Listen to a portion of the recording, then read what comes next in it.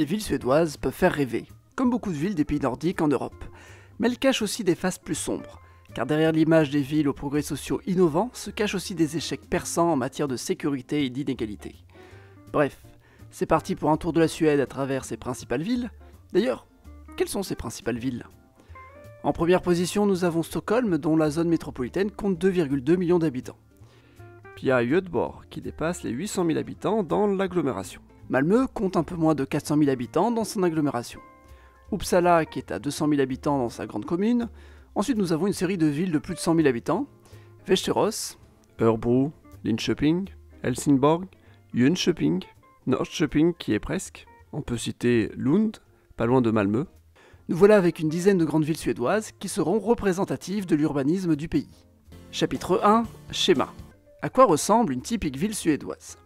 En premier lieu, nous n'avons pas de centre-ville médiéval. Le plus souvent, ce dernier a brûlé dans un incendie, comme ce fut le cas à Norrköping, Linköping, Jönköping, Örebro et Umeå. Et les villes qui n'ont pas eu de grands incendies ont fini par remplacer leurs vieilles villes en bois par des villes plus modernes en briques. On a donc directement un centre-ville souvent quadrillé.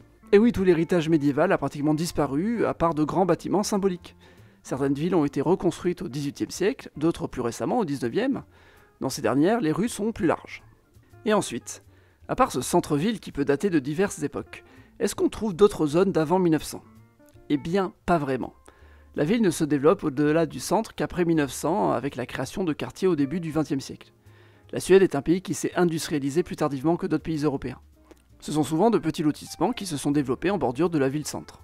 Puis il y a tout le reste qui s'est développé après la Seconde Guerre mondiale, soit les banlieues pavillonnaires, les grands ensembles, les campus universitaires, les zones industrielles et commerciales.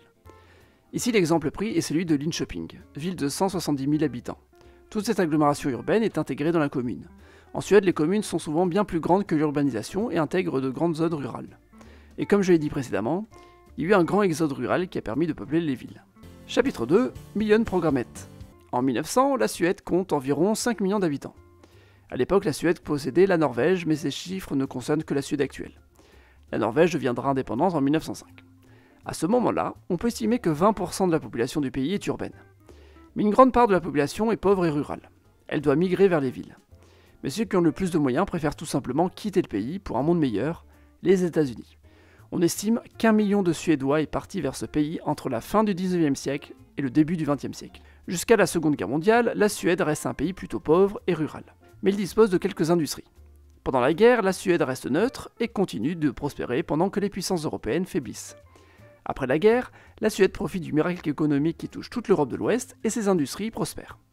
Et les villes prospèrent en même temps. Dans les années 50, la moitié de la population suédoise est urbaine, pour atteindre 70% en 1960. Il y a donc un exode rural rapide. Il faut vite construire, et c'est dans ce cadre qu'est lancé le fameux Miljonprogrammet. En 1965 est donc lancé le programme, qui ne portait pas encore son nom. En 10 ans, 1 million de logements sont construits dans le pays. C'est énorme vu la population totale du pays, soit environ 8 millions d'habitants en 1975. Vu qu'on peut compter environ 3 habitants par logement, c'est presque la moitié des habitants de la Suède qui sont logés dans ces nouveaux logements. Parfois des logements individuels avec de petits pavillons de banlieue, mais surtout avec des grands ensembles. Les fameux grands ensembles du million. Ces quartiers en périphérie, construits rapidement avec de nombreux immeubles. Et devinette, que s'est-il passé ensuite ? Ces logements ont commencé à être vidés de ses habitants des classes moyennes, qui ont évolué en richesse et se sont permis d'acheter de meilleurs logements. Parfois des pavillons en banlieue. Et que s'est-il passé parallèlement ? La Suède a commencé à accueillir des migrants. La Suède est un pays plutôt progressiste. Son peuple a pratiquement toujours voté à gauche depuis les années 30 avec le Parti social-démocrate, qui jouit d'une grande popularité et qui a valorisé l'idée du Folkhemmet, soit la maison du peuple. En gros, la Suède doit se considérer comme une grande famille qui a pour objectif d'aider ses enfants, soit les habitants de la Suède. Entre 1932 et 1976, le Parti social-démocrate a été au pouvoir en Suède et a permis la mise en place de l'État-providence. La Suède est un pays libéral, mais où l'État est très présent, une sorte d'intermédiaire entre le capitalisme et le communisme. Pas étonnant que le pays ait développé un programme pour construire autant de logements. On est vraiment dans une logique de planification digne d'un pays communiste. Digne d'un pays communiste, mais sans être une dictature comme à l'Est. D'où le fait que la Suède se positionne rapidement comme un pays d'accueil des réfugiés communistes. Par extension, le pays accueille aussi de nombreux migrants finlandais, qui fuient la trop grande influence soviétique dans leur pays. Puis en 1969 arrive Olof Palme en tant que Premier ministre, Il veut faire de l'asile politique une ligne directrice. Il propose notamment d'accueillir les déserteurs états-uniens qui ne veulent pas faire la guerre du Vietnam, puis plus généralement des gens provenant des pays en guerre. C'est ainsi que commence l'histoire de la Suède, terre d'accueil des réfugiés, et ces derniers partiront vivre dans les fameux quartiers du Miljonprogrammet. Non sans encombre, Olof Palme se fait tuer en 1986 alors qu'il marchait dans la rue, sûrement par un militant d'extrême droite, mais sa politique est continuée par ses successeurs. Dans les années 90, les quartiers du Miljonprogrammet deviennent le symbole des ghettos à la suédoise. Les années 2000 et 2010 ont été une des phases d'augmentation des violences urbaines, émeutes, notamment en 2013, puis liées au trafic de drogue, avec une augmentation du nombre de fusillades. Une ville en particulier a fait le tour des médias et a acquis une réputation de ville dangereuse gangrénée par les gangs, Malmö. Malmö est la troisième ville de Suède, mais c'est aussi une ville à proximité de Copenhague. La création du pont a radicalement changé les dynamiques entre les deux villes et Malmö peut parfois être vue comme une extension de la capitale danoise. Malmö a aussi une grande particularité, elle connaît une forte population née à l'étranger.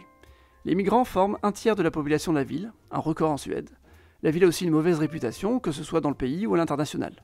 Les émeutes en banlieue lui ont donné une image d'une ville violente avec des ghettos et des trafics de drogue. Même si la ville connaît un taux de délinquance supérieur aux autres villes de Suède, c'est surtout sa médiatisation qui lui a donné cette mauvaise image, jouant sur la peur et le fait que la ville soit très cosmopolite.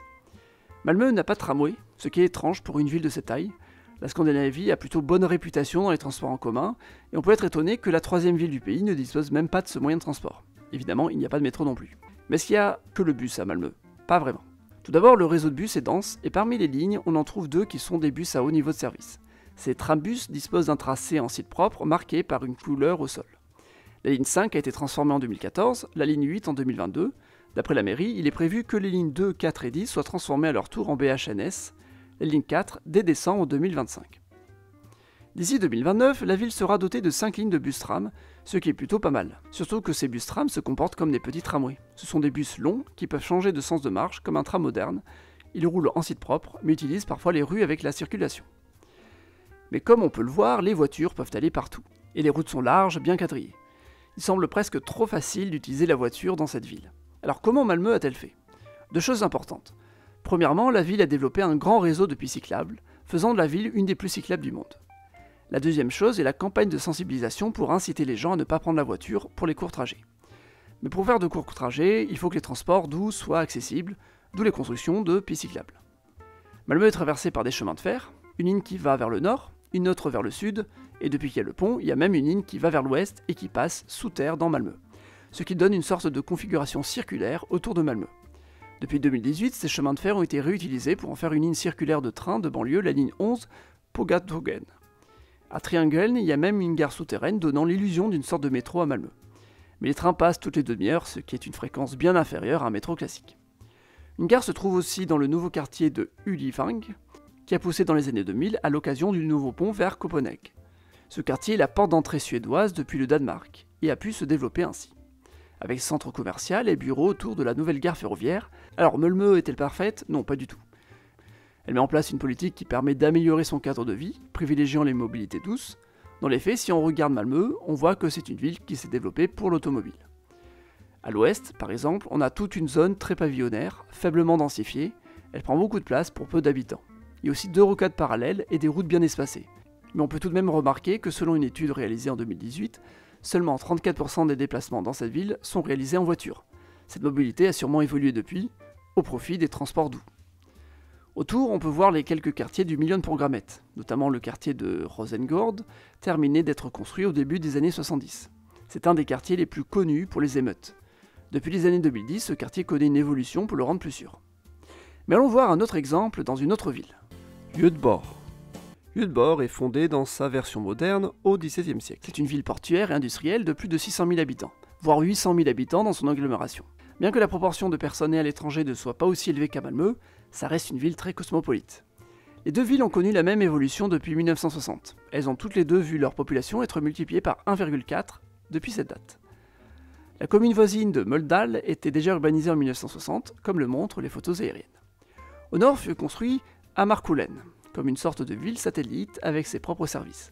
D'où le fait que ce quartier soit éloigné de l'urbanisation de l'agglomération. L'objectif était donc de créer une sorte de ville nouvelle, éloignée du reste de la ville avec son autonomie.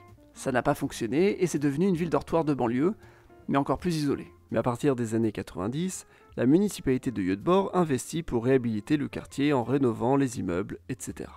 Et en promouvant l'urbanisme participatif. Le quartier reste populaire, mais avec une bien meilleure réputation. Göteborg est aussi célèbre pour avoir mis en avant la protection de la nature en milieu urbain.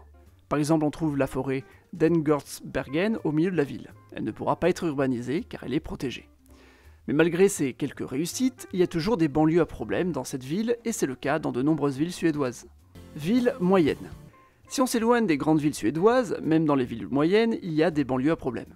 À Örebro a été construit le quartier de Vivalla, en banlieue. Ce sont plein de petits immeubles construits à la chaîne. Tout y est purement fonctionnaliste et moche. Et même si on y trouve des coins de verdure, tout reste très mal conçu pour la qualité de vie. Tous les immeubles sont identiques, éloignés les uns des autres, tout est conçu pour la voiture et rend encore plus isolés les habitants. Maintenant, l'objectif pour réhabiliter le quartier est de détruire les gros immeubles qui font peur et essayer de mieux relier la ville aux transports en commun. Mais ça ne marche pas trop. Le quartier n'est vraiment pas attrayant. En août 2025, un homme a été assassiné devant une mosquée dans ce quartier. Il était membre d'un gang et cette fusillade est le résultat d'une guerre de gang de la drogue au sein de ce quartier. Donc même une petite ville comme Örebro est impactée par cette criminalité. Un autre exemple est le quartier de Rona, à Södertälje, une ville qui est elle-même à proximité de Stockholm. Une banlieue dans une banlieue. Mais la question qu'on pourrait se poser est la suivante. Comment se fait-il que même dans les petites villes provinciales, on trouve ces quartiers complètement ghettoisés avec des violences urbaines? La réponse est assez simple. En attirant de nombreux migrants, la Suède a fait le choix de les répartir sur tout le pays. L'objectif était de ramener des habitants pour que les services publics locaux puissent fonctionner. Mais en plaçant les migrants un peu partout dans le pays, ils n'ont aucun moyen de vraiment aller là où il y a des opportunités de travail ou des opportunités de se faire un réseau d'amis avec des gens sur place. Et c'est quelque chose d'important pour l'intégration. C'est comme si les migrants étaient téléportés un peu n'importe où dans le pays, sans aucune aide. La répartition n'est pas adaptée à leur niveau, et ce sont les secondes générations qui se retrouvent complètement marginalisées. C'est le cocktail idéal pour créer de la délinquance. Conclusion. Les villes suédoises ont plein de bonnes idées, mais elles ont fait des erreurs d'une époque qu'elles tentent de rattraper. La situation n'est pas catastrophique, mais il reste encore du chemin à faire. La création de banlieues qui se sont transformées en ghettos a été la première erreur. Erreur commise par d'autres pays d'Europe, notamment la France, qui a un parcours assez similaire. La principale différence est que la Suède a cherché à répartir ses migrants artificiellement, un peu partout sur le territoire, sans forcément réfléchir à leur intégration naturelle. Pourtant la Suède a tout fait pour les intégrer, mais l'urbanisation n'a pas été à la hauteur. Ce n'est qu'aujourd'hui, en tentant de mettre de la mixité sociale, que les problèmes sont résolus petit à petit, mais ça prendra du temps. Merci d'avoir regardé cette vidéo, s'il vous a plu, mettez un petit pouce ou abonnez-vous. Et à la prochaine!